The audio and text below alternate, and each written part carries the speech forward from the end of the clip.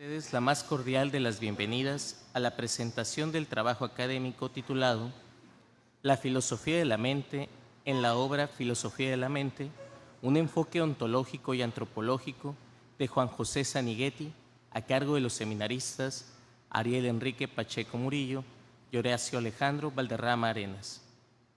A continuación, presentaremos a los miembros de la mesa de sinodales. Presbítero Isaac Urías Ibarra, rector, ecónomo y profesor de nuestro seminario.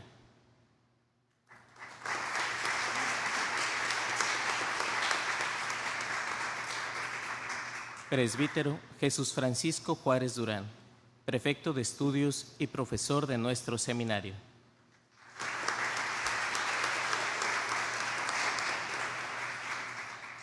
Presbítero Luis Alonso Covacame Rodeles, asesor del presente trabajo de investigación y profesor de nuestro seminario.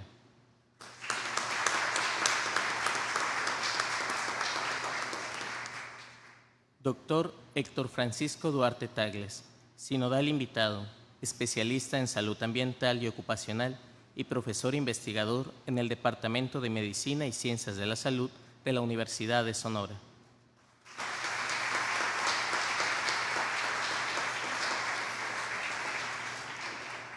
Asimismo, saludamos a los familiares, amigos y miembros de nuestra comunidad del Seminario de Hermosillo que nos acompañan en esta importante ocasión. Antes de comenzar con la presentación académica, encomendemos a Dios este momento, poniéndonos de pie para realizar juntos la oración inicial a cargo del presbítero Jesús Juárez. En el nombre del Padre, y del Hijo, y del Espíritu Santo. Ven, Espíritu Santo, llena los corazones de tus fieles y enciende en ellos el fuego de tu amor. Envía, Señor, tu Espíritu y todo será creado y se renovará la faz de la tierra. Oh Dios, que has ilustrado los corazones de tus fieles con la luz del Espíritu Santo, haz que, guiados por ese mismo Espíritu, sepamos reconocer las cosas que son rectas y gozar para siempre de tus divinos consuelos, por Cristo nuestro Señor. María, trono de sabiduría. En el nombre del Padre, y del Hijo, y del Espíritu Santo. Amén. A continuación, el seminarista Ariel Pacheco dará lectura a la introducción del trabajo.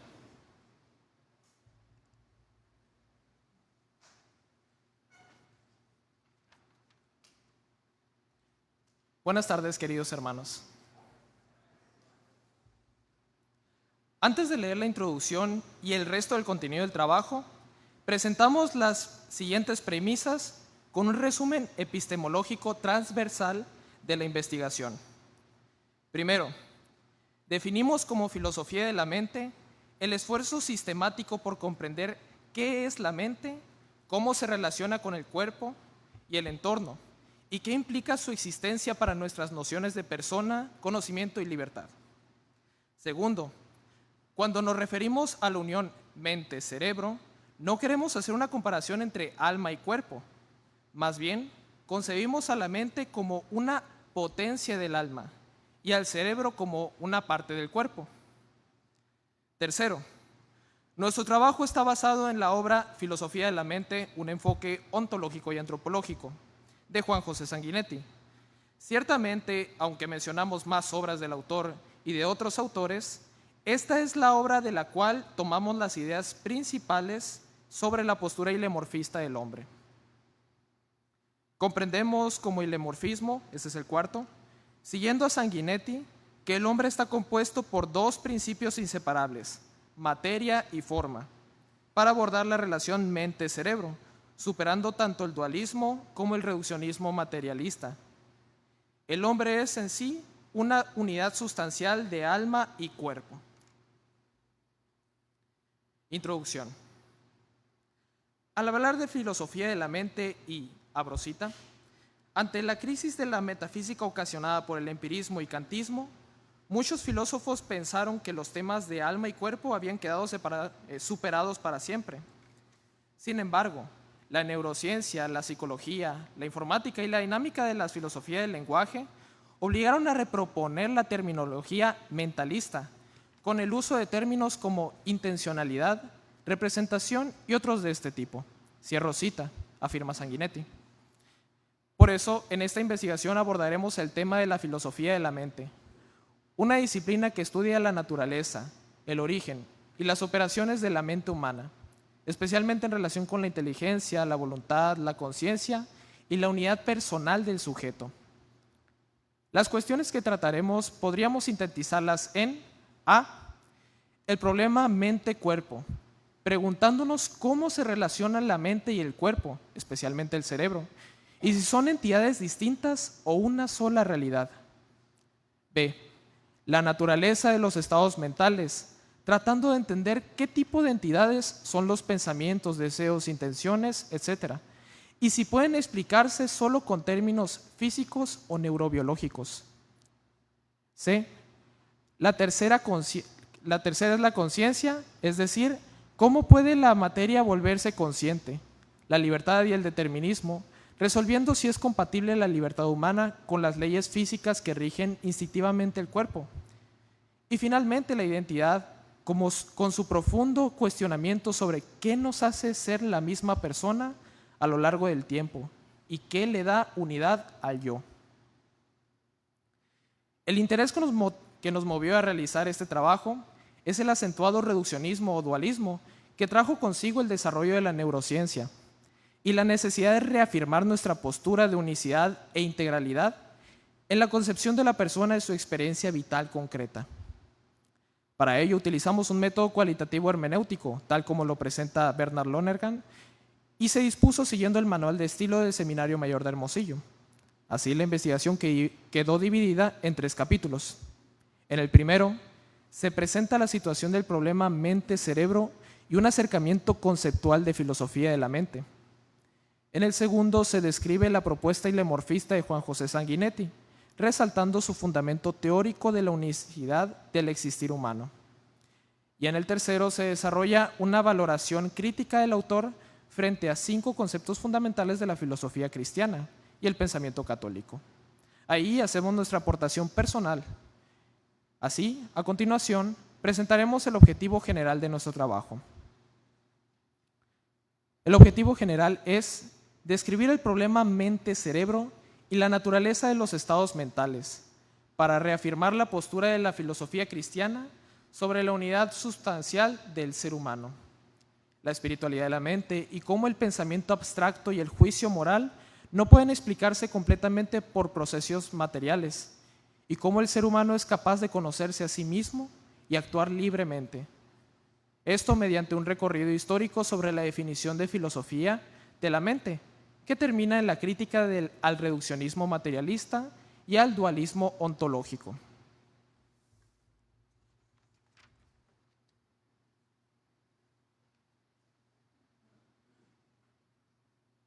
Ahora, el seminarista Horacio Valderrama dará lectura al primer capítulo titulado Situación del problema mente-cerebro.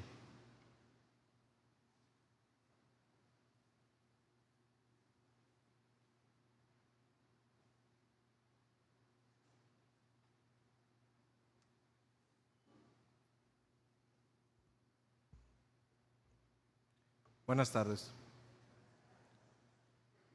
Capítulo 1. Situación del problema mente-cerebro. El presente trabajo parte de una cuestión central en la filosofía de la mente contemporánea. ¿Cuál es la relación entre la mente y el cuerpo, particularmente el cerebro? Esta pregunta se inscribe dentro de una problemática clásica que, lejos de estar superada, ha resurgido con fuerza en el contexto de los avances neurocientíficos de la psicología cognitiva y la inteligencia artificial.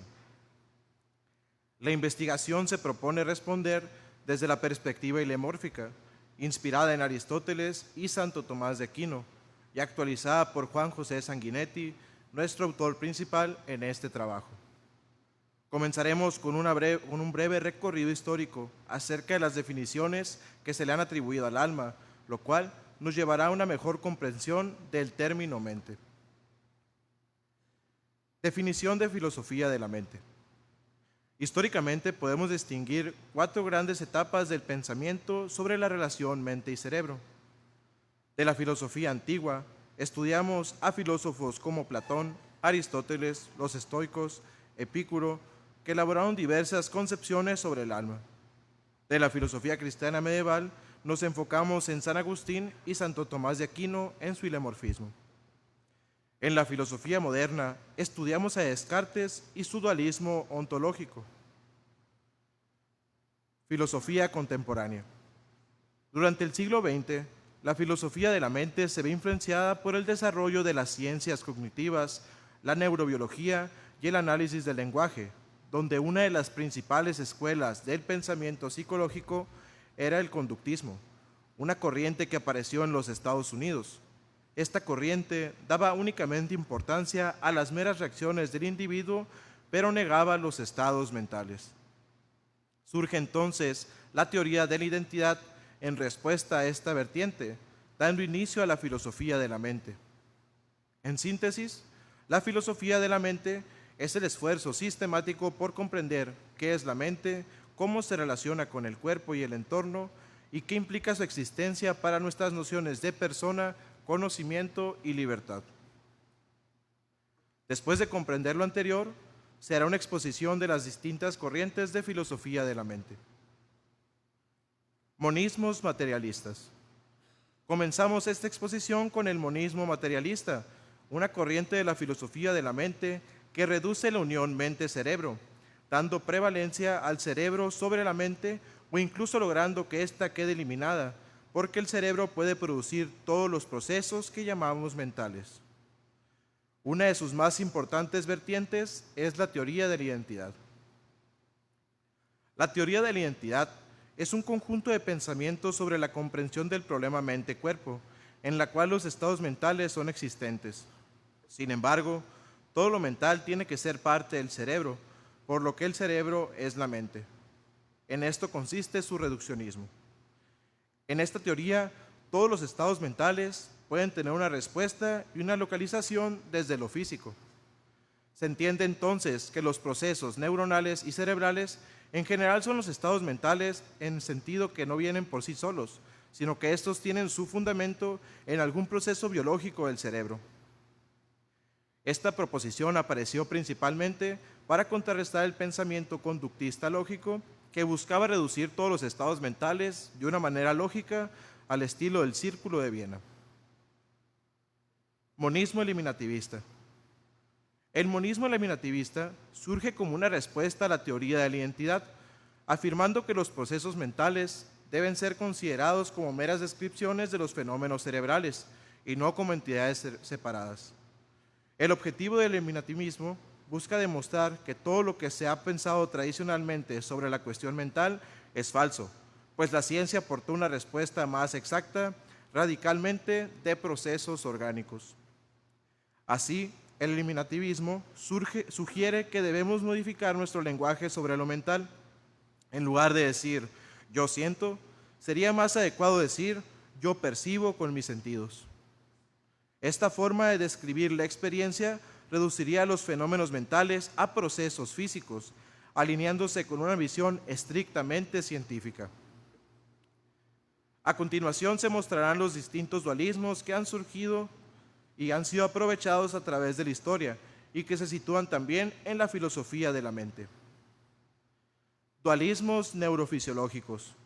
Lo entendemos como, abro cita, toda doctrina metafísica que supone la existencia de dos principios o realidades irreductibles entre sí y no subordinables. Cierro cita, afirma José Ferrater Mora. Dicho de otra manera, las posturas dualistas sostienen que tanto lo mental como lo físico son reales y ninguno puede ser asimilado al otro, a diferencia de la postura del cristianismo o el hilemorfismo. Ahora se hará una exposición de los distintos dualismos, comenzando por el dualismo ontológico. Dualismo de predicados. El dualismo de predicados es una forma moderada de dualismo en la filosofía de la mente. A diferencia del dualismo sustancial como el de Descartes, el cual sostiene que la mente y cuerpo son sustancias diferentes, el dualismo de predicados afirma que, aunque solo existe físicamente el cuerpo, hay propiedades mentales que no pueden reducirse a tales propiedades físicas.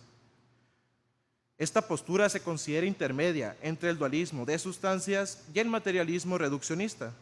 Es cercana a posiciones como el emergentismo o el dualismo de propiedades no reduccionista, pues surge ante la imposibilidad de reducir los predicados sobre lo mental a una realidad meramente física.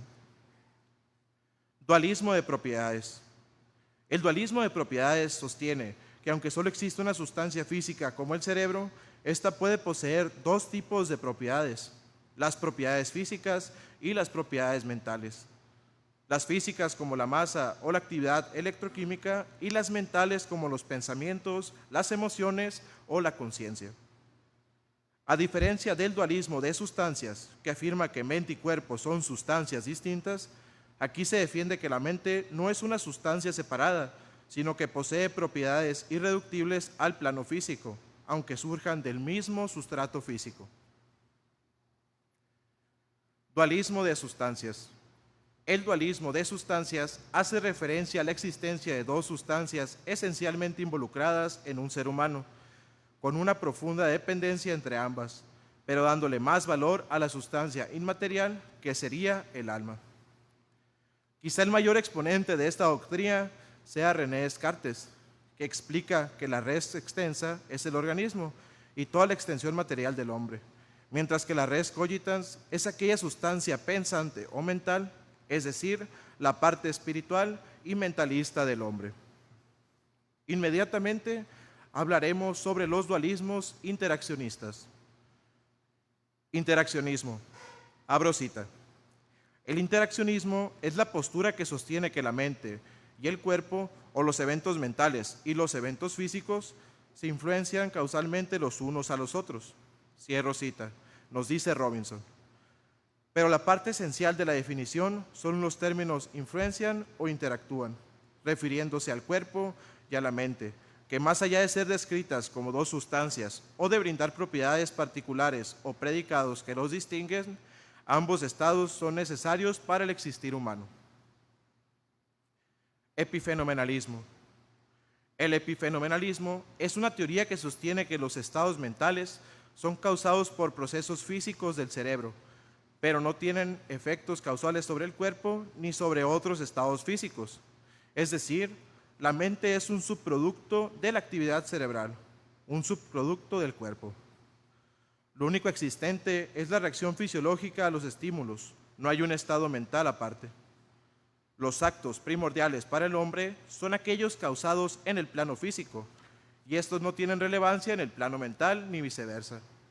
Por lo tanto, acepta la existencia de una realidad mental, pero no participa en el cuerpo. Paralelismo. El paralelismo es una teoría dualista que sostiene que la mente y el cuerpo son sustancias distintas que no interactúan causalmente entre sí. Por el contrario, funcionan en paralelo, como si estuvieran sincronizados por una causa común, de modo que los estados mentales y los físicos ocurren simultáneamente, pero sin influirse mutuamente. Al contrario, Gottfried Wilhelm Leibniz, uno de sus principales representantes, propuso la llamada armonía preestablecida, que significa que Dios creó el cuerpo y el alma de tal forma que sus respectivos estados coinciden perfectamente, como dos relojes perfectamente sincronizados. Por ejemplo, cuando decides levantar el brazo y tu brazo se mueve, para el paralelismo define que ambos hechos están coordinados, pero no porque uno cause al otro, sino porque fueron diseñados para coincidir. Seguidamente se hará una exposición de las corrientes intermedias o sintácticas.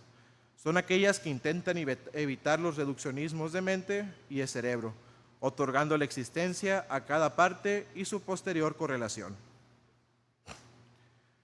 Posturas intermedias o sintácticas. Emergentismo. De acuerdo con Brown, el emergentismo es una corriente no reduccionista en la que se da una forma de pluralismo, entendiéndolo como una interacción de elementos más simples que hacen surgir un nuevo fenómeno complejo. Esto significa que cuando las partes interactúan, se genera una propiedad que no estaba presente en las partes por sí solas. Así, el emergentismo sugiere que la conciencia es una propiedad emergente del cerebro que no puede reducir simplemente a la actividad de cada neurona individual. Con esto se reconoce la dependencia de los estados mentales respecto de lo físico, sin negar la realidad de la mente como algo más que el mero funcionamiento cerebral. Funcionalismo. Abro cita. Functionalism is the doctrine that what makes something a thought, desire, pain, or any other type of mental states depends not on its internal constitution, but solely on its function or the role it plays in the cognitive system of which it is a part. Cierro cita, afirma Levin. Atendiendo a esta definición, hay que afirmar que todo estado mental, como el dolor y los sentimientos, solo se expresan en referencia a la función que pueden tener en la realidad, siendo así que aunque cualquier estímulo presentado le vendrá una respuesta física. Esto no elimina el estado mental en sí, pero lo reduce a su simple función en el cuerpo, logrando su compatibilidad con la teoría de la identidad al reducir los estados mentales a simples respuestas fisiológicas mecánicas. Hoy nos enfrentamos a un pluralismo teórico que oscila entre el reduccionismo y el espiritualismo, sin una visión integradora clara. La neurociencia ha aportado datos fundamentales, pero no ha logrado explicar la conciencia ni la intencionalidad con plenitud. En este marco cobra relevancia la propuesta ilemórfica de Sanguinetti, que busca restituir una comprensión filosófica integral del hombre, reconociendo la unidad sustancial del cuerpo y alma, y rechazando tanto el materialismo cientificista como el dualismo metafísico radical. Finalizamos nuestra exposición acerca de las distintas corrientes de la filosofía de la mente. Más adelante se mostrará la propuesta ilemórfica desarrollada por Aristóteles, continuada por Santo Tomás de Aquino y ahora vista desde una perspectiva neurológica por Juan José Sanguinetti.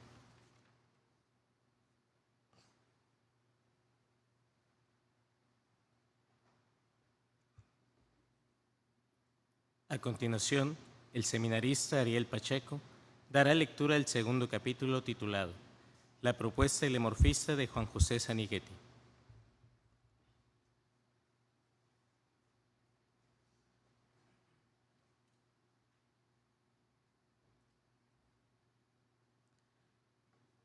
Capítulo 2. La propuesta ilemórfica de Juan José Sanguinetti.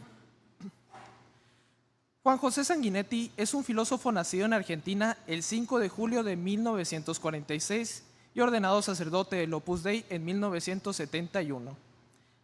Actualmente se desempeña como catedrático de Filosofía del Conocimiento en la Pontificia Università della Santa Croce en Roma. Es autor de una gran cantidad de artículos, especialmente sobre temas de filosofía de la naturaleza, filosofía de la ciencia, cosmología, filosofía del conocimiento y filosofía de la mente y de la neurociencia, en los que plasma la gran influencia de Santo Tomás de Aquino en su pensamiento.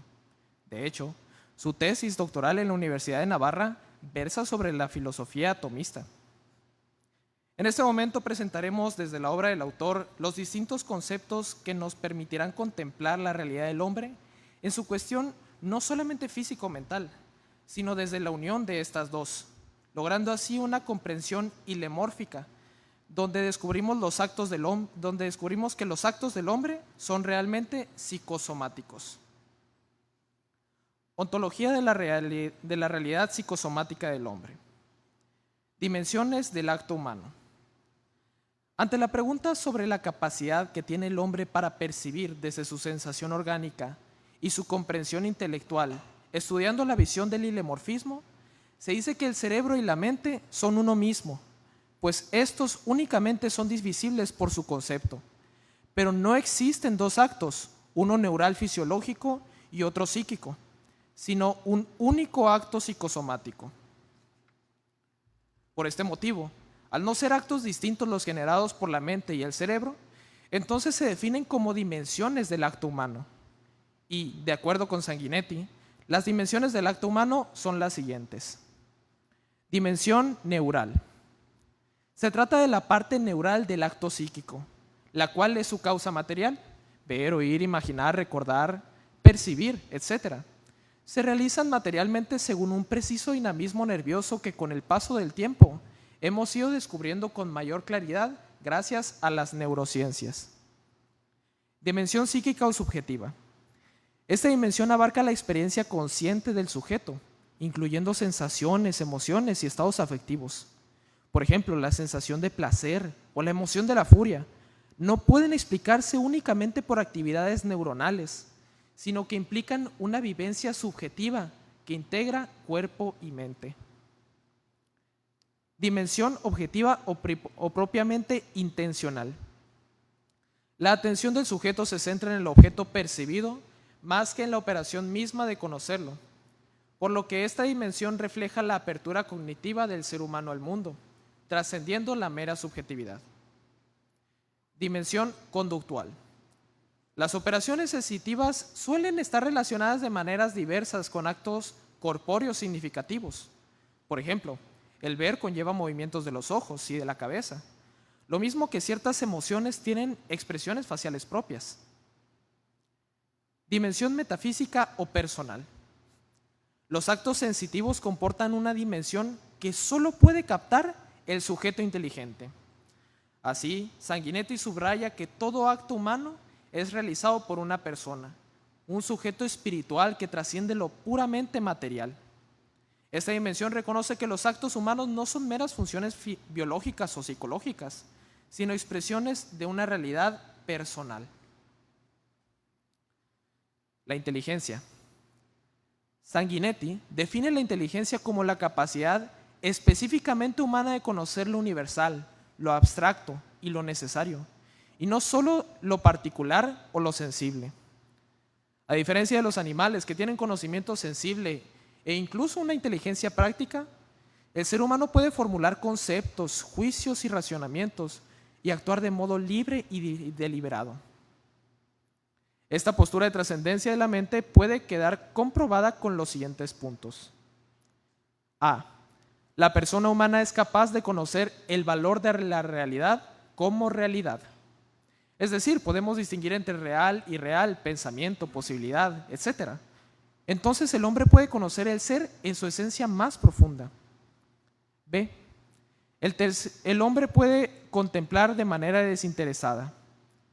Esto quiere decir que también buscamos la verdad y la belleza de los seres. C. La realidad cognitiva puede superar la corporeidad, en virtud de que tenemos la capacidad de pensar en posibilidades distintas más allá de las establecidas por este universo comprendido. La libertad, este es el punto D, la libertad no está formada por el propio pensamiento. La libertad es la tendencia hacia lo que es bueno, aquello que queremos amar. Podemos ir hacia algo o alguien, incluso aunque esté fuera de las necesidades propias o incluso en contra de la propia supervivencia. Punto E. Potencia simbólica universal. El hombre tiene la capacidad de manipular y usar a su conveniencia los símbolos que representan a un objeto e incluso los usos que se les puede dar a este objeto. Punto F. Potencia tecnológica universal. Nuestra cognitividad ilimitada puede usar las fuerzas y objetos externos para darles distintos usos y aprovecharlos como herramientas. También podemos descubrir algunas de estas capacidades que acabamos de mencionar en otros seres, como los animales, que tienen un cierto tipo de potencia tecnológica, o bien en las actuales inteligencias artificiales, que pueden hacer prácticamente lo mismo que el hombre. ¿Eso significa entonces que los animales y las actuales inteligencias artificiales tienen mente? La respuesta es que no la tienen, pues hemos de tener en cuenta que las capacidades del animal se limitan a hacer solamente las cosas por un bien inmediato, no porque previamente lo hayan meditado. Y queda claro que la inteligencia artificial es una imitación del ser humano. De ahí que, si puede crear cosas nuevas, es solo por asimilación de lo que el hombre ha programado, formulado y definido anteriormente en las máquinas. Siguiendo a Sanguinetti, creemos que, abro cita, la tecnología computacional es un instrumento de la razón y no una producción de nuevas mentes. Cierro cita. Continuando con la concepción transversal del heliomorfismo, hay que subrayar que al inteligir, el ser humano está sostenido por su corporeidad, por esa innegable relación entre la mente y el cerebro. Por eso Sanguinetti secunda a Santo Tomás de Aquino, quien afirma que es necesaria la sensibilidad para así comprender el mundo externo y que sin ella nuestras facultades superiores como la inteligencia y la voluntad quedarían mermadas y posiblemente anuladas. Por lo tanto, sin la experiencia sensible no puede producirse pensamiento. Luego hemos de considerar el lenguaje, el cual percibe simples símbolos en forma de palabras que después representan un objeto de la realidad, generando una relación muy estrecha entre la razón. Este también necesita de la sensibilidad para ser realizado y descrito. Y como último elemento, hablemos de la llamada cogitativa, donde la sensibilidad ya no forma solo parte de la cuestión física, sino que lleva a un nivel más alto a través de la cognición. Sanguinetti entonces no considera que la mente sea un producto del cerebro, ya que ambos son una misma realidad hilemórfica. Abro cita. El sistema nervioso, órgano del sistema intencional de la vida sensitiva, al pasar a la función intelectual, actúa a título de causa material, dispositiva y material. En primer lugar, para permitir la comparecencia del acto intelectual y volitivo. Y en segundo lugar, para recibir, en su propio nivel, el influjo y la guía continua de los contenidos superiores. Cierro cita. El cerebro, pues, no limita a la mente, sino que es parte de ella. Uno no funciona sin el otro. El cerebro es necesario, intrínseco y esencial para pensar. De hecho, la neurociencia nos demuestra que el cerebro humano tiene activaciones de cierto tipo según los actos que queremos ejercer, pues se activan algunas de sus regiones si hablamos, escribimos o imaginamos. Pensamos con el cerebro, que es el gestor de la información. Por ello, es el que facilita el ejercicio de la mente humana, pero no es creador absoluto de todo el pensamiento. La voluntad personal cede del actuar psicosomático. Una pregunta importante para este capítulo sería: ¿cuál es la relación entre la mente y el cerebro? ¿Qué controla qué y hasta qué punto lo hace? Juega un rol esencial la voluntad que, abro cita, mueve directamente la capacidad intelectual y las potencias cognitivas sensitivas para que, a su vez, impulsen las fuerzas locomotivas del cuerpo, las cuales son controladas por la sensibilidad para alcanzar la meta. Cierro cita y afirma Sanguinetti. Pero entonces, ¿cómo es posible que la voluntad mueva el cuerpo? Sanguinetti defiende esta tesis con los siguientes puntos. Funciones psíquicas y alteraciones físicas. El cuerpo humano reacciona naturalmente de manera semejante al cuerpo de los animales, produciéndose alteraciones neurofisiológicas y activándose los músculos en razón de lo percibido. Pero, a diferencia de los animales, en el hombre todo este control está guiado por la voluntad, por la capacidad que tenemos para reaccionar según la manera en que nos hemos configurado en nuestra libertad. Sin embargo, esto no significa dejar de lado nuestro dinamismo mente-cerebro. No, nuestro estado biológico no queda completamente reprimido por la mente. Y es ahí donde entra la belleza del actuar humano, porque puede ir en contra de aquello que lo haga sentir físicamente mal, para alcanzar bienes superiores. B. La voluntad y los comandos motores. El ser humano tiene la voluntad de mover su cuerpo a través de sus sentimientos, principalmente porque es una de las maneras en la que éste reacciona ante un evento. Los sentimientos, a pesar de ser procesos que muchos podrían reducir a simples reacciones corporales, también son dirigidos por la razón, y ésta tiene la capacidad de influir sobre ellos. Entonces, cuando se presenta una tendencia física que nos lleva a actuar, están intrínsecamente involucrados la razón, los sentimientos, la decisión, el apetito sensitivo y hasta las alteraciones neurofisiológicas. Todo lo que abarca integralmente a la persona. No podemos entonces así definir si son el cerebro o la mente, el alma o el cuerpo, los que controlan el comportamiento humano. No controlan la mente o el cerebro, sino la unión de estos que forman al yo, dirigido por su voluntad hacia sus apetencias, deseos y anhelos, a través de su razón y su biología. Esto es lo que nos permite actuar en una integración mente-cuerpo. En resumen de este capítulo, Juan José Sanguinetti explica el hilemorfismo como la clave para comprender al ser humano de forma unificada. Esta doctrina, al estudio de la mente y del hombre, conlleva afirmar que a. El ser humano es una única sustancia compuesta de cuerpo, materia, y alma, forma. B. El alma no es un agregado del cuerpo, ni un huésped en él, sino el principio vital y organizador del cuerpo. C. En los seres vivos y especialmente en el ser humano, la forma sustancial es el alma, que da unidad y sentido a todo el compuesto corporal. D.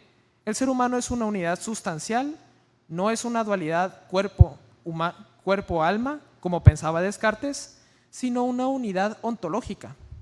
Toda actividad humana, percepción, emoción, pensamiento, es realizada por el mismo sujeto, que es cuerpo y alma a la vez. E. Las operaciones del alma, como pensar o querer, pueden tener cierta independencia de la materia, pero requieren del cuerpo como condición para su ejercicio, especialmente en esta vida.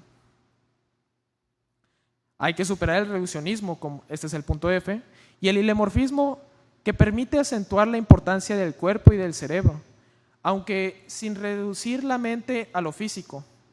Con esto, la dimensión espiritual e inmaterial del hombre queda salvaguardada sin caer en el dualismo platónico o cartesiano.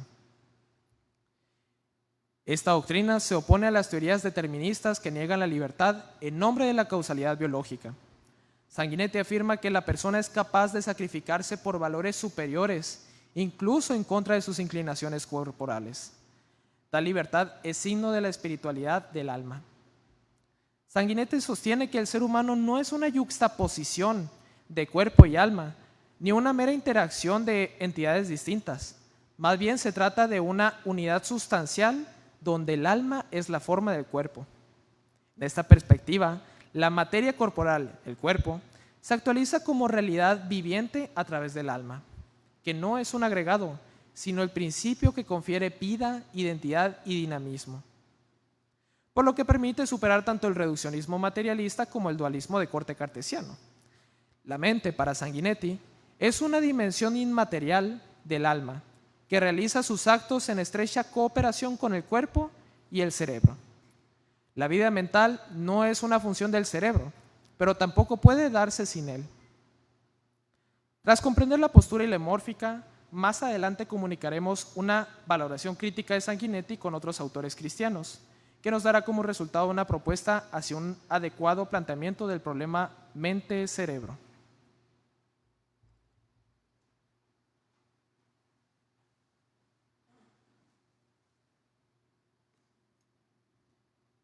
En este momento, el seminarista Horacio Valderrama dará lectura al tercer y último capítulo titulado Valoración crítica de la obra Filosofía de la mente, un enfoque ontológico y antropológico de Juan José Sanguinetti.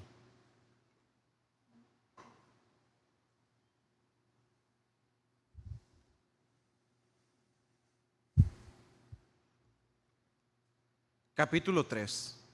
Valoración crítica de la estudiada obra de Juan José Sanguinetti. En este apartado, presentaremos nuestra postura personal, haciendo una síntesis comparativa entre el autor estudiado y el pensamiento cristiano. Alineación con el pensamiento católico.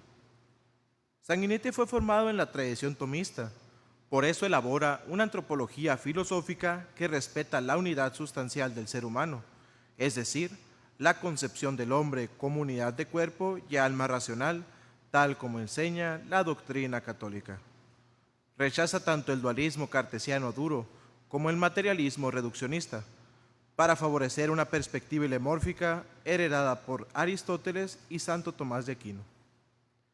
Su propuesta se alinea con autores cristianos como Jacques Maritain, Cornelio Fabro y Antonio Milán Puels, quien también intentaron actualizar la metafísica clásica ante los desafíos de la modernidad, pero también se alinea con lo que la Iglesia afirma sobre la dignidad de la vida corporal y la superioridad del hombre sobre la vida material. Diálogo con la filosofía analítica de la mente. A continuación se mostrarán los puntos más importantes que tiene la filosofía de Sanguinetti en comparación con la filosofía de la mente y su viabilidad. Integra categorías y problemas propios de la filosofía analítica, sin renunciar a un marco metafísico firme, tal como se pide en los planes de estudios de seminarios y universidades pontificias.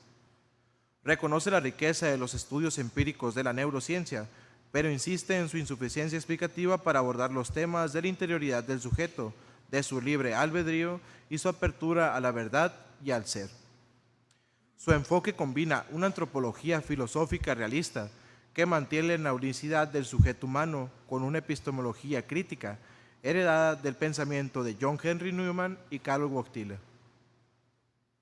Valoración de la obra desde la antropología filosófica cristiana. A continuación les presentaremos un resumen de nuestro trabajo, explicando desde nuestro análisis la postura de Sanguinetti y de otros autores cristianos. La conciencia. Sanguinetti afirma que la conciencia no es reducible a mecanismos neuronales ni a funciones computacionales. Él defiende una conciencia personal y cualitativa que incluye autoconciencia, experiencia subjetiva e intencionalidad, rescatando así categorías de la fenomenología. Ofrece una noción de conciencia compatible con la visión cristiana, pero sin desarrollarla explícitamente desde una ontología espiritual. Sin embargo, al criticar el reduccionismo y afirmar la subjetividad real, se mantiene cercano a Santo Tomás de Aquino y Edith Stein. Intencionalidad. Sanguinetti retoma a Bretano y a la fenomenología, pero subraya que la intencionalidad requiere un sujeto real, no solo una estructura formal. El acto intencional implica apertura al ser.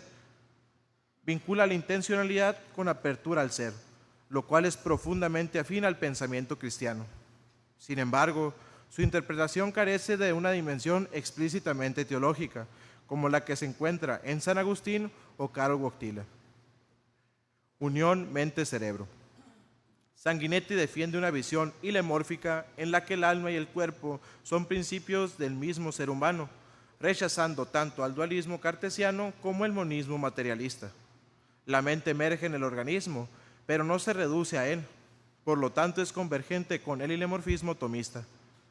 Lo resaltamos porque su rechazo al reduccionismo y su afirmación de una forma espiritual hace de su enfoque una base sólida para el diálogo con la teología cristiana. Las neurociencias. Sanguinetti reconoce los logros de la neurociencia, pero advierte sus límites epistemológicos. Subraya que la actividad neuronal es condición necesaria para la conciencia, pero no suficiente. Se muestra respetuoso con la neurociencia, pero firme en su crítica a todo intento reduccionista. Esta posición permite una sana colaboración entre ciencia y metafísica, en sintonía con el pensamiento cristiano. La libertad humana. Afirma que la libertad es real y está arraigada en la racionalidad. Él defiende una libertad no meramente de elección, sino orientada a fines y bienes reales, alineándose con la ética aristotélica. Sanguinetti ofrece una concepción de libertad profundamente compatible con el tomismo, aunque no la articula desde la gracia. Su propuesta es, con todo, estructuralmente abierta a la visión cristiana.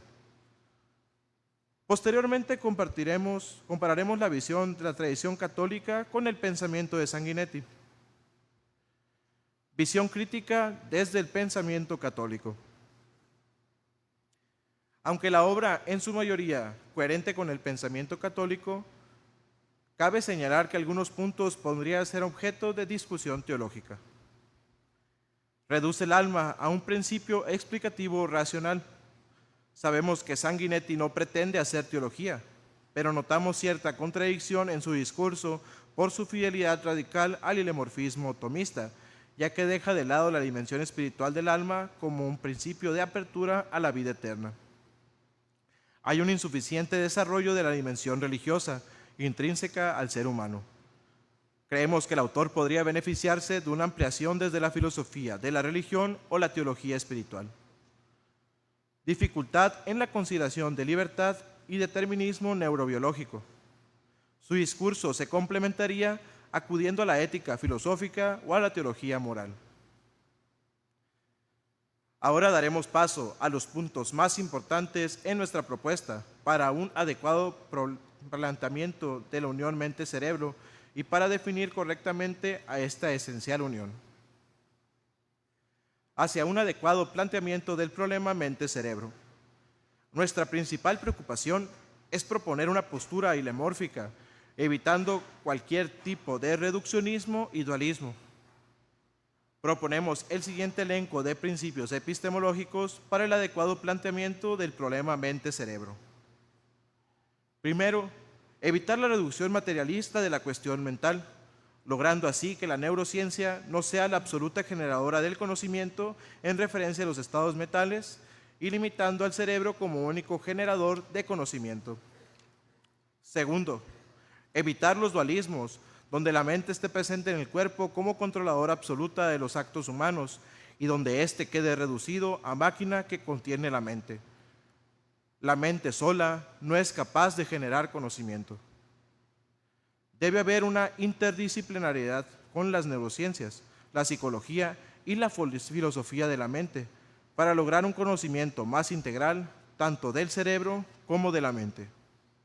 Y por último, el ser humano debe comprenderse desde la integración de todos sus procesos biológicos, emocionales, cognitivos, sociales, etc., sabiendo que todos los actos humanos son psicosomáticos, donde actúan tanto la mente como el cerebro al mismo nivel y tiempo, aunque cada uno con funciones específicas.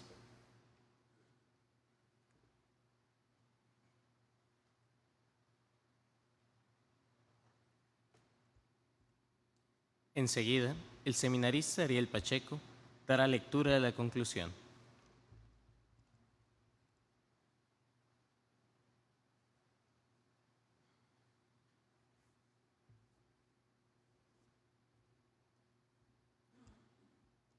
Conclusión. Al concluir este trabajo, habiendo hecho un análisis exhaustivo sobre la filosofía de la mente, siguiendo la propuesta del filósofo Juan José Sanguinetti, logramos describir el problema mente-cerebro y la naturaleza de los estados mentales. Reafirmamos la postura de la filosofía cristiana sobre la unidad sustancial del ser humano, la espiritualidad de la mente, cómo el pensamiento abstracto y el juicio moral no pueden explicarse completamente por procesos materiales y cómo el ser humano es capaz de conocerse a sí mismo y actuar libremente. Esto lo logramos gracias a un recorrido histórico de la definición de filosofía de la mente, que concluyó en la crítica al reduccionismo materialista y al dualismo ontológico. Con lo anterior llegamos a las siguientes conclusiones.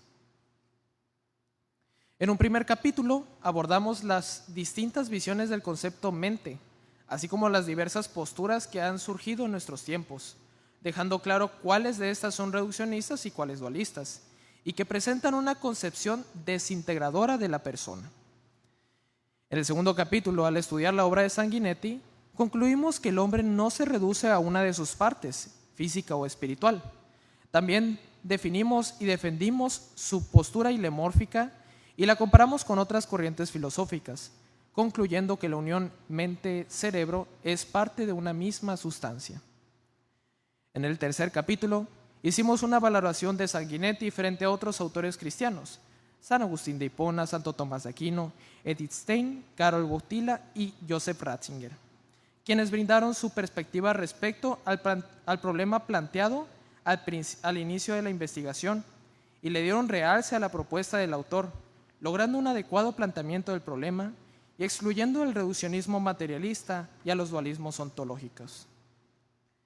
Sin duda, esta investigación no fue un simple trabajo académico, pues influyó en las distintas dimensiones de nuestra formación sacerdotal. Por ejemplo, en nuestra relación con Dios, nos ha iluminado para no solo verlo como alguien inalcanzable a nuestros sentidos y procesos biológicos, sino que, al entender la unión substancial entre cuerpo y alma, propició nuestra comunión integral con Él.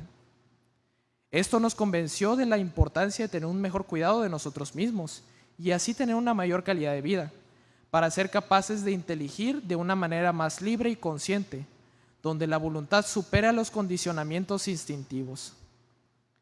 En cuanto a la relación con los demás, nos ha hecho más sensibles para entender tanto las limitaciones como las virtudes humanas y nos ayudó a ser más organizados a la hora de investigar para llevar a cabo un buen trabajo académico.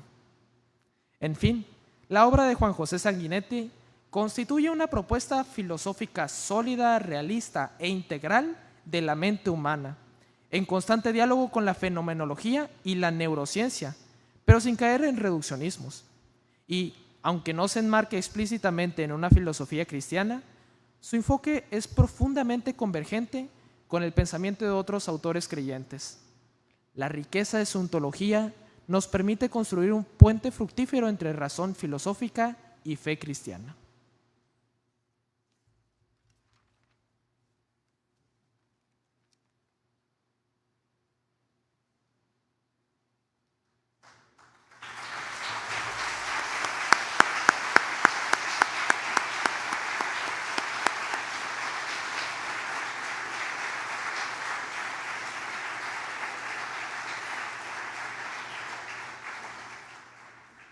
En este momento, cedemos la palabra a la mesa de sinodales.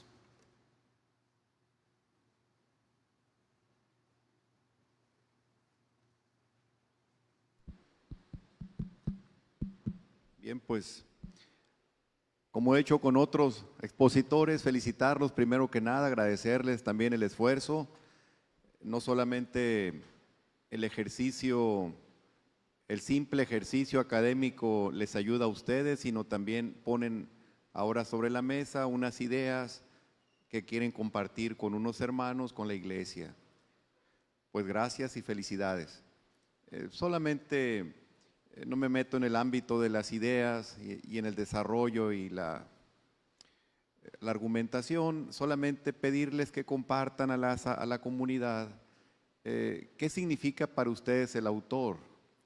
Aparece desde el principio, desde el primer párrafo y aparece en el último y recurrentemente en todos los momentos, como que viene a ser para ustedes una luz en el camino que los iluminó y no sé qué significó para ustedes en este proceso. Si quieren compartir más o menos cómo elaboraron este ejercicio, qué significó para ustedes el autor, y bueno, pues aparece desde el principio. No hay tanto un marco de la realidad que nos hable de estas nuevas vivencias del hombre, de los chips, de los robots, de la cuestión de los animales que ya se tratan como seres humanos, etcétera. Tantas situaciones que hoy también aquí se hablan y se describen, pero qué mejor que ustedes compartan lo que les movió y lo que significa el autor, lo que les significó el autor que aparece tanto y que al final, aunque le ven algunos pequeños detalles, lo siguen pues defendiendo y promoviendo su pensamiento acerca de este tema de la mente humana. Gracias. Pues muchas gracias, Padre Isaac. Primero que nada, me gustaría agradecerle por su participación también en este trabajo, en cierto sentido, ya que usted en sus comentarios también nos permitió llegar hasta este tema acerca de la filosofía de la mente. En un principio queríamos acerca del alma y cuestiones así, pero usted nos apoyó para llegar hasta este punto acerca de la filosofía de la mente. Por eso le quisiera agradecer. Y en este sentido, hablando acerca de la cuestión del alma, pasando hasta la cuestión del mental, como quisimos pasar a un momento ya de más, por así decirse, filosófico, científico, desde la perspectiva ya un poco más racional, aunque bueno, claro, el alma también es algo racional, pero hablando de cuestiones ya más aquí concretas, pues Sanguinetti fue al que nos encontramos ya estudiando, habiendo investigado después de un largo recorrido, después de haber visto distintas posturas, nos encontramos con este autor, el cual, pues como hemos mencionado, es sacerdote. Entonces, en este sentido, no solamente es una imagen de alguien que es un gran investigador o de alguien que verdaderamente es un buen conocedor acerca de estas cuestiones de neurociencia y acerca de filosofía. Pero también en este sentido tomamos su postura como sacerdote para que así también nosotros podamos llegar a ser sacerdotes como él. Es más, nos hemos contactado hace poco con él por correo y pues en nuestra conversación se nota un cálido abrazo, un cálido acompañamiento. Entonces, realmente es una gran figura Juan José Sanguinetti, y su postura acerca de la filosofía de la mente nos permitió llegar a una comprensión de la unidad sustancial del ser humano, mente y cerebro.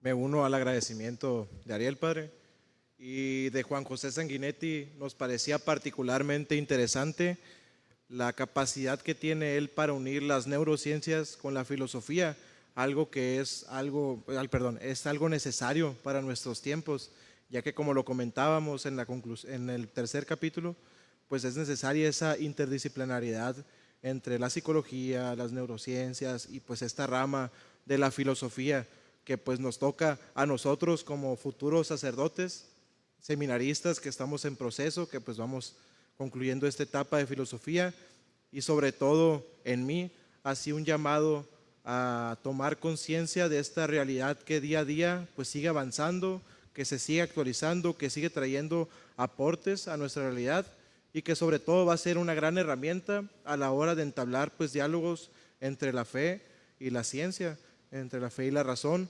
ante las interrogantes que pueden surgir también a los fieles cristianos, que pues todos tenemos dudas, todos, que sí, ¿qué pasó aquí? En la ciencia dice esto, la filosofía ¿qué dice? ¿Tú qué opinas?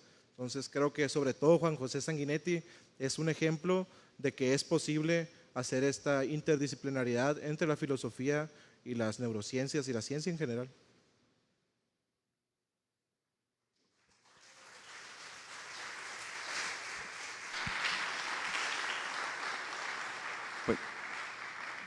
Pues nuevamente, no solamente agradecer la puesta en mesa para compartir su ejercicio, también de los otros compañeros lo hice, también de ellos lo hago.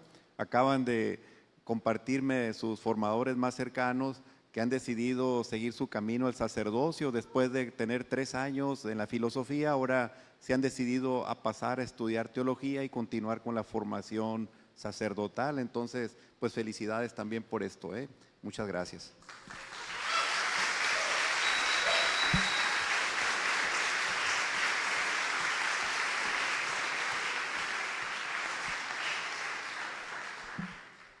Pues precisamente ante esta noticia, ¿verdad?, que nos da el padre Isaac y que ya se compartía desde el martes pasado con sus compañeros, también en la presentación de sus compañeros, y ante este estudio extenso que han podido realizar con esa amplitud y suficiente profundidad de cara a la unidad de la persona y de su persona, de su vocación, de su dignidad, de su fe, y las conclusiones que han podido llegar, y de cara precisamente a continuar sus estudios y formación en la etapa configuradora y los estudios de la teología.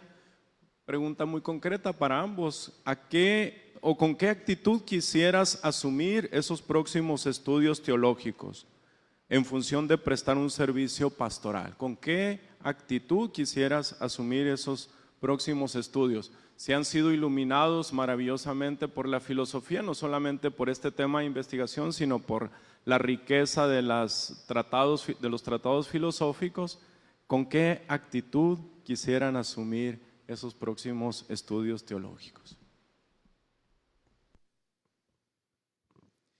Pues muchas gracias, Padre Jesús. Pues realmente gracias por su lectura, por su constante participación con nosotros, principalmente por su preocupación de que todo saliera bien, que ahí nos hizo algunas correcciones también, entonces le agradezco en ese sentido.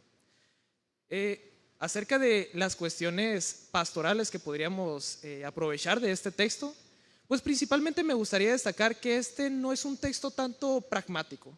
No quisiera destacar como su utilidad práctica, sin embargo, al comprender nosotros que la unión sustancial entre alma y cuerpo, esta unión sustancial nos permite darle dignidad al hombre. O sea, reconocer que tanto nuestro cuerpo como nuestra cuestión espiritual deben ser cuidados y resguardados, así como ya en la teología del cuerpo se mencionará. Pues principalmente esto se entiende acerca de la cuestión de que nosotros como seres humanos somos realmente muy ricos, tenemos una riqueza grandísima. Entonces, el aprovechar ese pensamiento acerca de la riqueza del ser humano es lo que a mí me inspira para unas futuras cuestiones pastorales, para la formación sacerdotal y, si Dios quiere, en el futuro sacerdocio. Sí, comparto con Ariel esta pues inquietud o esta pues solución o revelación que trae, ¿no? Esta pues algo que ya venimos compartiendo pues desde el inicio de la formación, pero pues que se acentúa con este trabajo, esa unidad sustancial en mi cuerpo que somos las personas y que nos permite pues sobre todo eso verlas con dignidad. Y a mí esto me invita a pasar a la siguiente etapa, sobre todo con una pues actitud de apertura, una actitud de humildad, de reconocer. Nos decía precisamente un maestro en la mañana que nosotros nomás nos estamos asomando por la barda, que todavía no conocemos todo el menú, que todo el banquete que hay, que hemos así usado la analogía así como las muestras del Costco, ¿no? Que pues es poquito. Entonces, sobre todo es una invitación a descubrir lo que trae la teología y poder brindar pues un aporte pues sí pastoral desde donde nos toque, en el apostolado que estemos y pues en la vida sacerdotal donde nos toque estar, donde nos mande estar pues el obispo, ¿no? Con el favor de Dios. Así que pues eso es lo que trae en mí este trabajo y pues ese paso a la etapa teológica.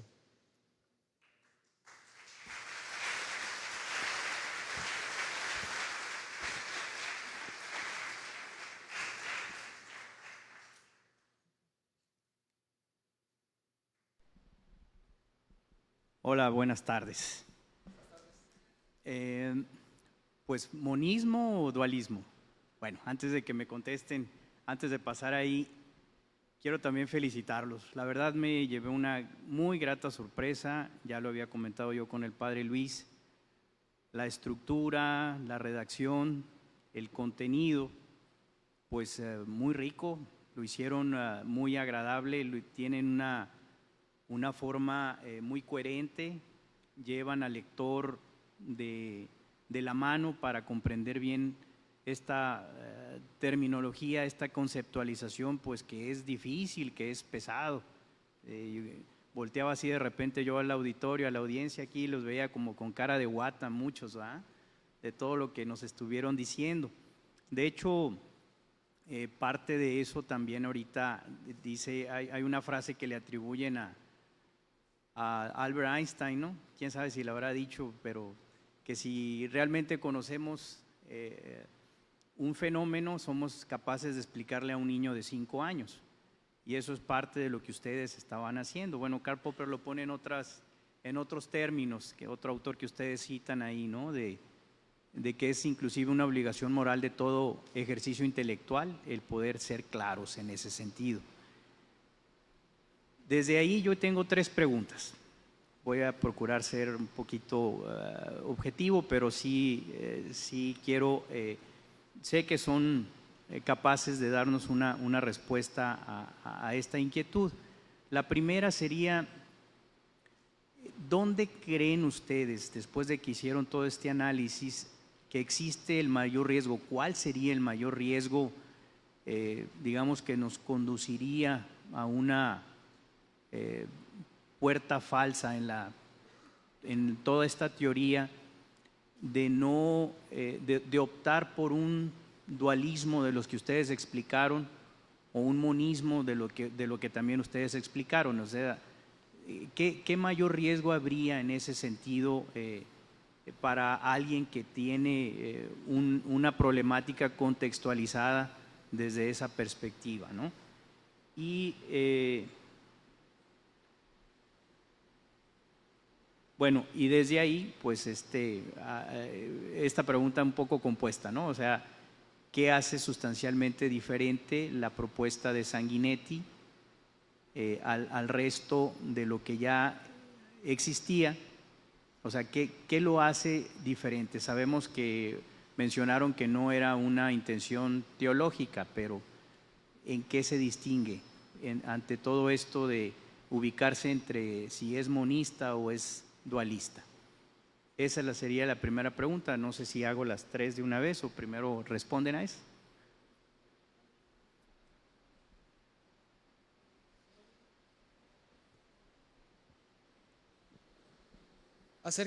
Bueno, primero que nada, muchas gracias, doctor, por sus preguntas y también por su lectura aquí del trabajo. Pues gracias por sus comentarios. Y pues acerca de las preguntas, la primera, el mayor riesgo para llegar a, pues digamos así, cómo una persona puede llegar hacia un dualismo o hacia un monismo. ¿Cuáles son los peligros que pueden conllevar? Bueno, entendamos pues monismo, como ya lo hemos explicado, como esta reducción del ser humano a decir simplemente es una cuestión biológica. ¿Ok? Esto tiene el mayor riesgo que ya creo que actualmente está ocurriendo. El mayor riesgo es el cientificismo. Principalmente en nuestra sociedad hay una imperación, ahorita impera la ciencia, donde la ciencia es totalmente importante y donde no importa ni las filosofías ni la cuestión religiosa, sino que nomás importa la cuestión positiva, la cuestión positivista de la realidad. Entonces, si no es comprobable, no existe. Ese es el pensamiento actual. Entonces, ese yo diría que sería uno de los riesgos que conllevaría el llegar hacia las cuestiones monistas, acerca de la reducción a una simplemente cuestión biológica, vaya. Y acerca de los dualismos, bueno, principalmente entendamos la característica de cómo nosotros vemos al alma o a la cuestión mental en este sentido. Porque podemos decir que nuestra mente parece como separada del cuerpo, en cierto sentido, porque incluso, como hemos explicado ya anteriormente, hay unas cuestiones que son de parte de la inteligencia que puede superar el propio cuerpo. Esos puntos ya se demostraron en el capítulo 2. Y esta cuestión que vemos acerca de la superación que puede tener la mente sobre el cuerpo, podría ser una problemática al decir que la mente es como la que gobierna toda la cuestión física, toda la cuestión biológica. Entonces yo destacaría esos dos problemas para alcanzar si se llega a un monismo o a un dualismo reduccionista, también a un dualismo de sustancias, en el cual, pues, como hemos explicado, el monismo, el cientificismo y los dualismos a una cuestión de que el alma puede ser como la gobernadora total del cuerpo. Sí, ya sobre la segunda pregunta que hace diferente a Juan José Sanguinetti, primero, gracias, doctor Héctor, por su presencia. Y pues lo hace distinto esto que ya mencionábamos en la anterior pregunta que nos hacía los padres, sobre todo esta capacidad de unir las neurociencias con la filosofía, lo que nos permite abrir el panorama, sobre todo desde la filosofía tomista, ¿no? Filosofía que, pues, si bien pues los que estudiamos en el seminario pues llevamos pues en su totalidad, en la mayoría de los tratados, pues todos son desde la filosofía aristotélico-tomista, y sobre todo esa visión integradora de la persona es lo que lo distingue de las demás corrientes de la filosofía de la mente, porque así como compartía Ariel, tanto en los monismos, hablamos de teoría de la identidad, hablamos de monismos eliminativistas, reducen a solo el cerebro es de donde surge todo, y en los dualismos se convierte en ese espiritualismo.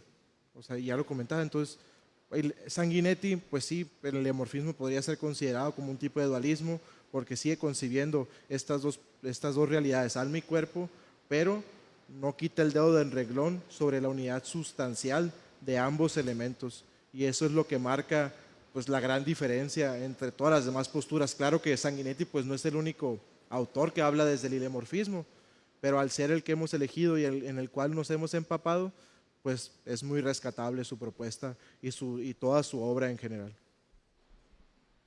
Muy bien, de acuerdo, esa parte justamente todo lo que ustedes explicaban, la congruencia con el pensamiento cristiano, ¿verdad? Y desde ahí va mi siguiente pregunta también, un poco, si pueden retomar la definición de lo que es el ilemorfismo para comprender bien, por ejemplo, dónde esos riesgos de los que les preguntaba yo, cuando si lo dejamos únicamente al materialismo reduccionista del que ustedes hablaban, ¿no? De si todo está ya predeterminado, pues entonces, ¿dónde están los otros elementos? ¿Qué esperanza tendríamos nosotros? El pasaje, ¿qué explicación podrían dar justamente desde la perspectiva ilemórfica del pasaje de Juan capítulo 6, versículo 63, donde Cristo dice que el Espíritu es el que da vida, la carne para nada aprovecha? ¿Cómo se pudiera entender eso?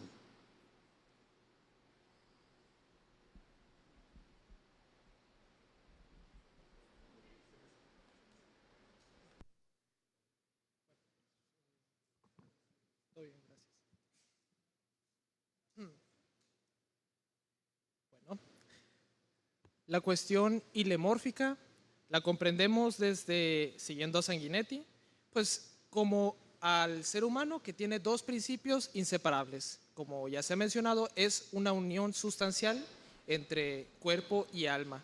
Aunque bueno, aquí vamos a hablar de mente y cerebro, pero desde la perspectiva ya un poco más abierta del ilemorfismo, esta realidad de unión que tenemos aquí entre alma y cuerpo, hablamos principalmente acerca de cómo el ser humano en su totalidad es totalmente espiritual, pero a su vez totalmente corporal.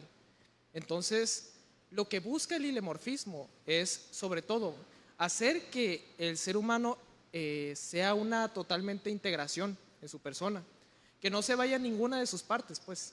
Entonces, al nosotros pensar, al nosotros imaginar e incluso al sentir, no solamente está una sola parte del cuerpo o una está sobre la otra, sino que en realidad son una verdadera unión en la que tanto nuestras reacciones biológicas como nuestras reacciones espirituales, mentales, participan al mismo tiempo y al mismo nivel.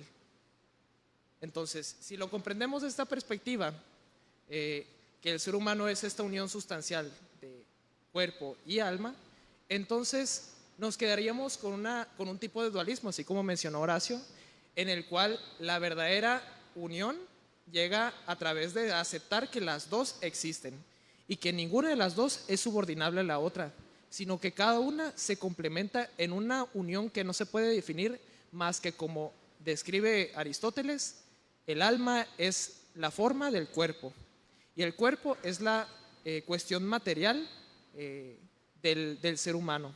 Entonces, cuerpo es la cuestión material y el alma es la cuestión formal, lo que hace que el cuerpo sea formado y dirigido.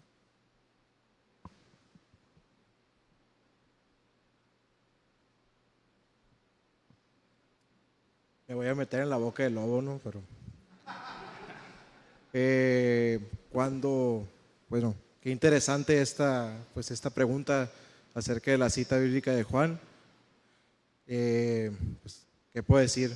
Sobre todo nos deja en claro, pues tendríamos que conocer el contexto en el que pues fue dicho esto, a quién fue dirigido. Pues claro que pues lo sabemos por los estudios, ¿no? Pues ahorita no lo traigo a la mano, pero sin duda esto habla de una cuestión y la podemos alimentar desde nuestro trabajo, en el que el espíritu es aquello que le da sentido al cuerpo, es aquello, como ya lo decía Ariel, la forma entendida como un principio vital, y el cuerpo es aquello que pues hace la realidad material, ¿no? A lo mejor rozando con contradecir el trabajo, pues podríamos hablar de que Jesús nos presenta, pues sí, que el espíritu es aquello que le da sentido al cuerpo, pero retomando nuestra postura y rescatando pues la escritura, que es indispensable también para nosotros. Pues claro que ambas realidades son necesarias. La carne sin duda también podría referirse a aquello que es tentación para el hombre, aquello que es ocasión de pecado y aquello pues que no planifica, que no lleva a cumplir pues su propósito al espíritu. Entonces, a mí me gustaría dejarlo en esa pues postura. Muy bien, muy bien. Ya prometo no hacer otra pregunta de esa naturaleza, pero me gustó la respuesta. Y finalmente, creo que ustedes hablaron muy bien, me gustó cómo concluyeron su trabajo desde su perspectiva como seminaristas ahorita y futuros sacerdotes, Dios mediante. Quisiera saber ahora, a ustedes pensando de cómo toda esta filosofía de la mente pudieran ustedes recomendarla o compartirla con el pueblo, es decir, ya no nomás ustedes aplicándola para ustedes mismos en su formación, sino para el resto de nosotros, cómo lo pudiéramos utilizar, toda esta riqueza de esta teoría, de toda esta filosofía de la mente.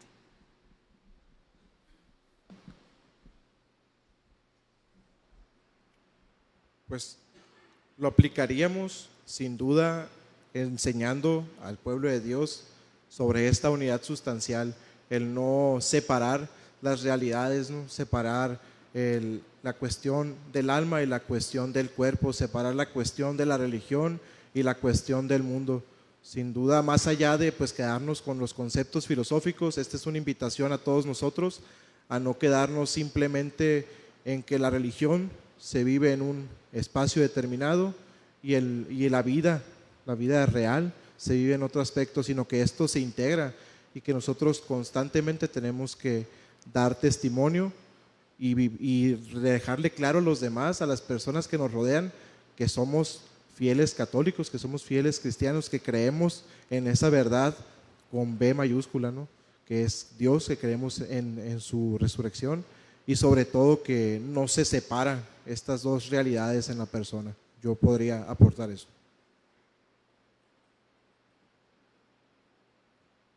A mí me gustaría enriquecer también esta propuesta, pues con la cuestión de la filosofía de la mente como una vía distinta a lo que estábamos hablando hace poco acerca del imperio que tienen las ciencias. Al decir que realmente la neurociencia no solamente busca hacer que el ser humano sea una cuestión biológica, no, sino que también puede aportar de alguna manera a la cuestión de la realidad como seres espirituales también. Entonces, si aprovechamos la filosofía de la mente para nuestras vidas, podemos decir eso, que la ciencia ya está dentro incluso de nuestra alma. Al comprenderla desde la perspectiva de que la mente, una potencia del alma, pues es realmente contestada también con estas propias responsabilidades que tiene la neurociencia y la filosofía de la mente. Eso sería lo que podría decir.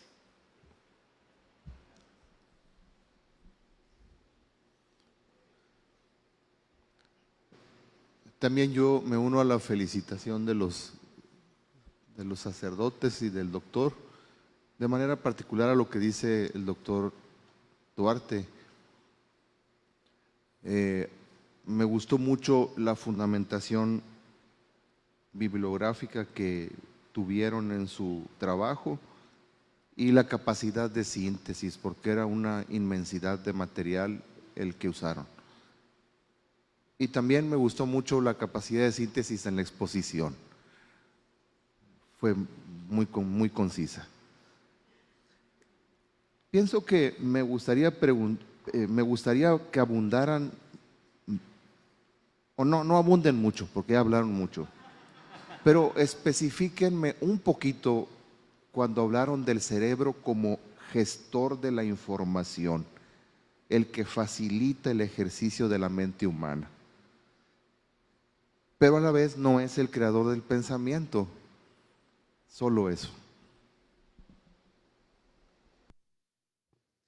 Pues muchas gracias, Padre Cobácame. Gracias por su apoyo constante. La verdad es que usted siempre ha estado ahí con nosotros. E incluso les confieso, aquí el Padre Cobácame se había quedado horas así en el seminario con nosotros, haciendo la academia, preparándola con mucho esfuerzo, con mucho amor y acompañándonos siempre, pues. Así que muchas gracias por eso principalmente, Padre. Bueno, acerca de la cuestión, ¿cómo el cerebro es un gestor de la información? Esta conclusión a la que llegó Sanguinetti para mí fue una verdadera revelación, que la verdad es hermoso porque descubrimos que el ser humano no se podemos ahí encontrar la unión que encuentra la mente con el cerebro. O sea, en esta cuestión de cómo el cerebro funciona para que le ayude a la mente como gestor de información, es algo impresionante porque dice, la información ya está guardada de alguna manera, la memoria. De la misma manera que en los animales, pues podemos destacar algún tipo de memoria también, que esto les ayuda a reaccionar ante instintos que se habían pasado anteriormente. Entonces, el cerebro, al ser gestor de la información de la propia memoria, permite a la mente informarse todavía más. Entonces, por ejemplo, cuando hay cuestiones de problemas cerebrales, pues vemos que a lo mejor falla la cuestión mental también, o sea, la manera en la que hablamos, la manera en la que respondemos, es principalmente también porque el cerebro también puede tener fallas. Entonces, hacer el cerebro este gestor de la información, que me parece algo impresionante, es el que ayuda a que la mente se informe todavía más. Entonces, mientras más ejercitamos nuestro cerebro, más podemos permitir que nuestra mente llegue a una mayor libertad, a una mayor apertura hacia lo trascendente incluso.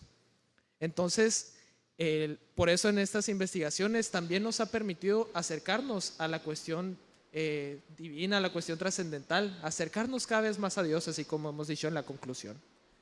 Eso me gustaría destacar. Muchas gracias.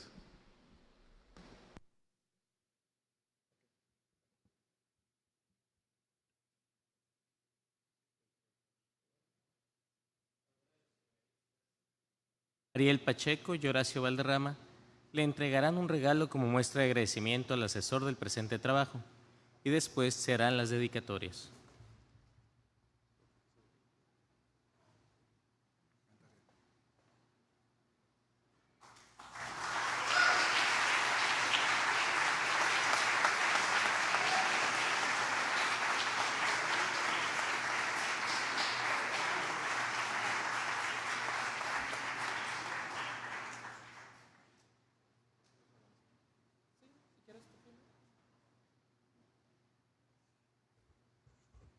Quisiéramos agradecer especialmente a nuestro asesor, que fue un medio para poder acceder a bastante información para este trabajo, en especial el contacto con el doctor Said Martín Alcántar, el cual es pues decano de la Facultad de Filosofía de la Universidad Pontificia y fue quien nos ayudó a acceder a más información acerca de este tema, acerca de esta problemática. Pues mucho agradecimiento al doctor Said y también un agradecimiento muy grande a nuestros hermanos seminaristas de la etapa filosófica y la etapa teológica, los cuales pues siempre estuvieron ahí echándonos ánimo, echándonos porra, y sobre todo a nuestros hermanos Omar y Luis, que pues compartimos este proceso y pues el vernos avanzar pues nos motivaba mutuamente. Agregando estos agradecimientos, también nos gustaría agradecer tanto a nuestras parroquias como a nuestros párrocos que pues han estado haciendo oración por nosotros sin duda. Y a mí me gustaría agradecer personalmente a mi familia que ahí me está viendo, también aquí a mi familia que está virtualmente viéndome, que ahorita está en Estados Unidos, pero allá me están viendo y pues sobre todo le quisiera agradecer a mi mamá, porque así como decía Horacio, nuestra segunda asesora nos hacía muchas ediciones, entonces siempre estaba ahí apoyándonos a nosotros, pero sobre todo también con su oración. Por eso mismo agradecemos en conjunto las oraciones de cada uno de ustedes, de ese amor que nos han podido dar a cada uno de nosotros, y pues verdaderamente gracias a todos ustedes por este momento.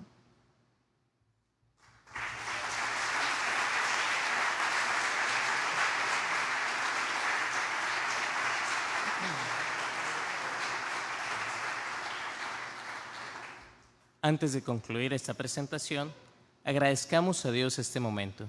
De pie, digamos juntos la oración por las vocaciones. Oh Jesús,